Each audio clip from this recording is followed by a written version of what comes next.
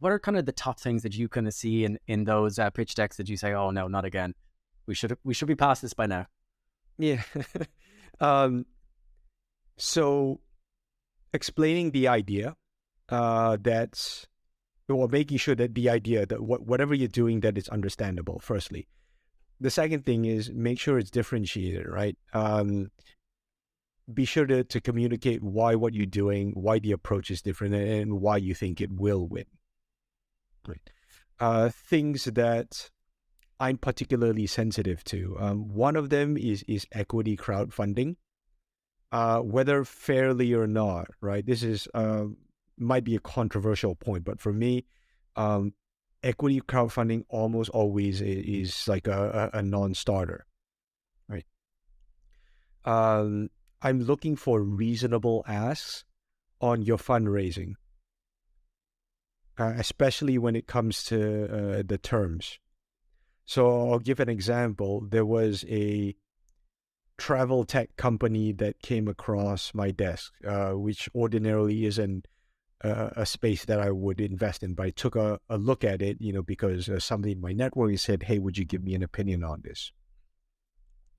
Um, the thing that really put me off on the deck was that they had no clear business model on a consumer business, which is always like scary. And they were looking to raise $5 million on a pre-seed round. And on the use of funds, the biggest line item they were spending on, 36%, was on marketing. Right. So let's unpack that a little bit. Um,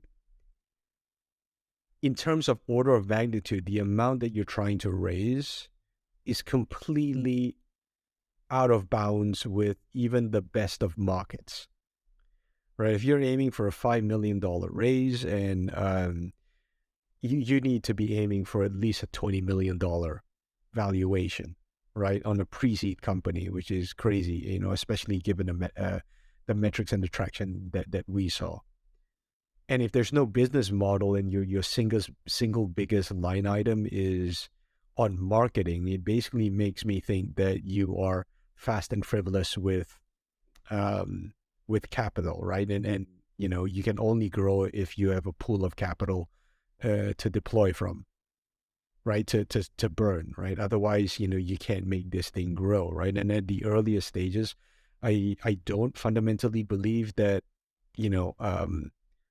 a performance marketing go to market with no monetization and business model on the other side of it, is a recipe for success, right?